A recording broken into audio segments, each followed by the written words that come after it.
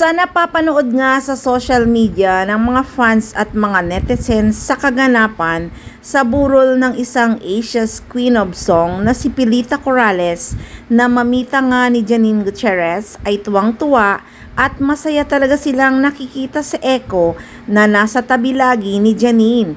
Anila nga, may boyfriend ka na, may bodyguard ka pa. Totoo naman kasi kahit saan pumunta si Janine, nakasunod talaga si Echo. Grabe naman, kinikilig talaga ako sa Econin. Ang haba talaga ng hair mo, Janine. May poging boyfriend ka na, may pogi ka pang bodyguard. Kahanga-hanga talaga si Echo. Di niya talaga pinababayaan si Janine. At take note, lagi pa silang naka-holding hands habang naglalakad at nag-i-entertain ng mga bisita. Kaya kahit ang mga bisitang artista, kinikilig talaga sa kanilang dalawa.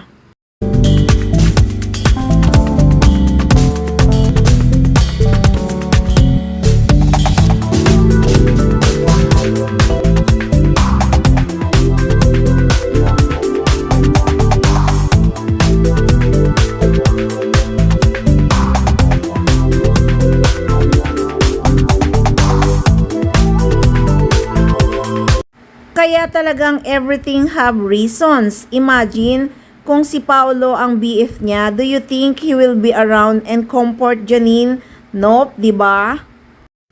Kaya naman talagang swerteng-swerte din si Janine Gutierrez kay Echo ha.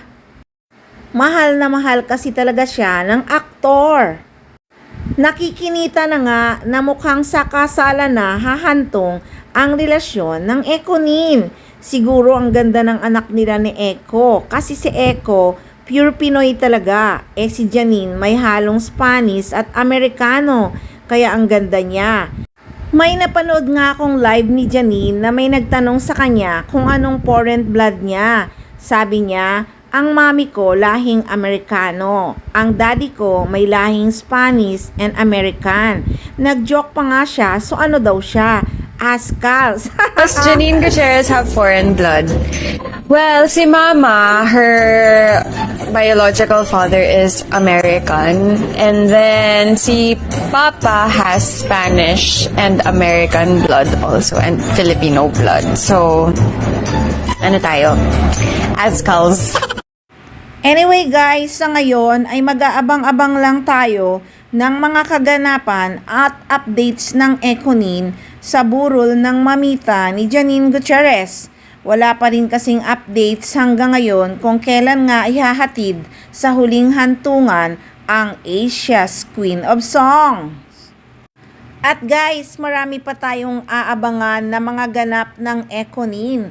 Kaya huwag magsawang tumutok at mag-abang. Siyempre, dito lang yan sa Maarteng Machika!